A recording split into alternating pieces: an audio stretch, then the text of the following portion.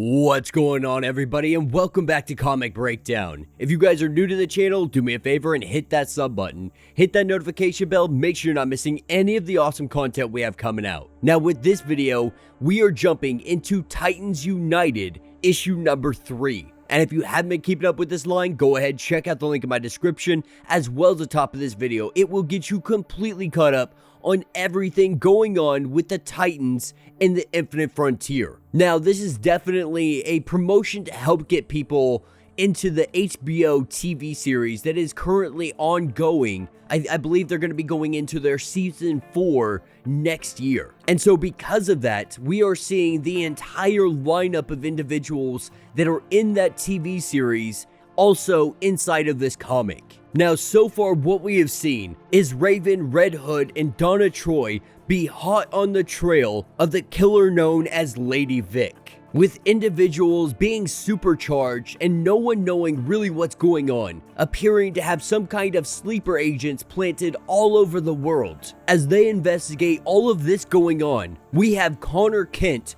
who has been captured by Blackfire. And so with that being said, let's dive into this breakdown. Alright gang, so with this issue, we are picking up on the dark side of the moon. And that is because Connor Kent is currently tied down on a table and Blackfire has him prisoner. Now at this point, Connor has no idea who this is, doesn't understand what she wants, doesn't understand the purpose of anything going on. But after seeing her abilities, he quickly learns that this is the sister of Starfire. Now, Blackfire's objective, it never was about Superboy. She is here specifically because of her sister, but she also believes that Connor has some information on where her sister is. And so because of that, she is going to keep him here. Not only that, she can tell that he is Kryptonian, but when she kisses him, she can tell that he is Kryptonian and something else, possibly human, making him the best and worst of both worlds. And that is when we're taken to an airport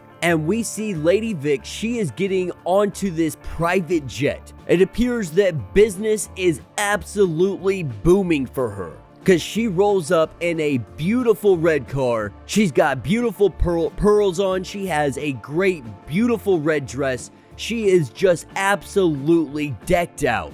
And as Raven, Red Hood, and Donna Troy, they are watching from a rooftop nearby, they can't help but notice this. Notice that Lady Vic, she really is living the high life. Even Red Hood's like, maybe I'm in the wrong business, because right now she is just glamorous. But as Lady Vic goes to head inside of the jet, this is when the three of them come descending down on her. With them in constant communication with Nightwing, we see the three of them jump into action. Now at first, this doesn't really appear to be much of a fight. Lady Vic is obviously outnumbered. These individuals that they're going against, they don't seem to be anything more than bodyguards. But she paid a very pretty penny to have these guys by her side. And there is a very significant reason for that. And we see these two bodyguards, they start to transform into giant green wolves. And this is obviously more Rosebeck experiments. And they're all thinking to themselves that this is Cadmus. It has to be them. There is no other question about that. And so as our Titans take on those experiments, that's where we pick up with Commander, with Superboy still currently tied up and her running all of her experiments to find out exactly what he is. And the results she finds fascinating. And so with these results, she decides she wants to test the full length of his abilities, sending her faithful little pet after him. We have Connor Kent having to fight his battle up here in space, trying to do everything he can to survive the blast that this cat is sending out his way. Now back on the ground, we have our three Titans going against these Beast Boy-like experiments. Not only that, but the stewardess, they end up pulling out fully automatic machine guns and just laying down some lead. This is giving Lady Vic that opportunity to finally get away. as she runs into the jet and tells the pilots that they need to take off and they need to do it now. It looks like she is getting her escape. It looks like she is going to be able to make her breakaway. But Red Hood, he's not going to allow this to happen. Pulling out his grappling hook, he sticks it to the plane. And with this plane hauling butt down the runway, we see it start to lift off, and Red Hood is holding on for dear life. And Donna Troy and Raven, they're both just in utter shock. The shock at the pure stupidity of Red Hood not being able to think this situation all the way out. Because now he is about to rise all the way up into the sky. More than likely, he'll get himself killed. And while he's doing that, they are still fighting off these giant wolves. Now, they are doing their best to beat these wolves, but also not like kill them or hurt them too severely in the process. Nightwing on comms this entire time is just trying to figure out what's going on. Not having eyes, all he can do is hear and no one's reporting back to him. But saying, Raven telling him, you really want to see what's going on? Fine, I will show you. And she opens up a portal and she sends these wolves directly on top of Nightwing and Beast Boy. And obviously they're not very happy about this, but this does solve the problem and it frees up Donna and Raven to be able to go rescue Red Hood. And so the two of them, they take off into the sky, chasing down this airplane. Inside of the plane, we see Lady Vic, she gets shaken up.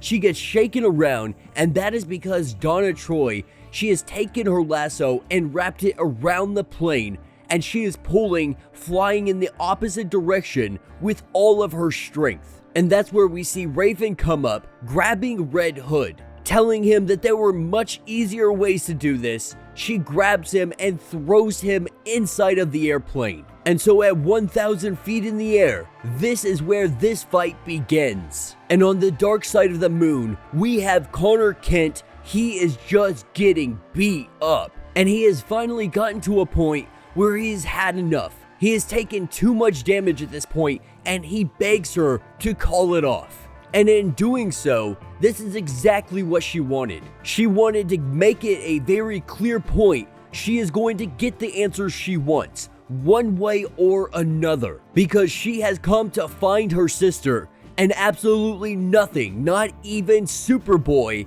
is going to stand in her way. Now, back up in the air, 1,000 feet off of Earth's surface, we have Red Hood, we have Raven, doing everything they can to try to beat Lady Vic. Now, Raven, she is dealing with the pilots because the pilots have decided they're going to come out and start shooting guns. Red Hood, he's doing his best to take on the assassin, but it's not going well for him. He really is getting his butt handed to him. But in the midst of their fight, Lady Vic, recognizing she probably won't come out on top in this situation, she touches her earring and she is teleported out of here. And so with Red Hood and Raven sitting here trying to figure out what just happened, back at home base, Nightwing is trying to figure out the frequency that transformed these individuals, saying that it was a very deliberate move, that these aren't just isolated incidences, these are someone triggering these individuals. Whatever sleeper agents they are, they probably didn't even know it prior to this.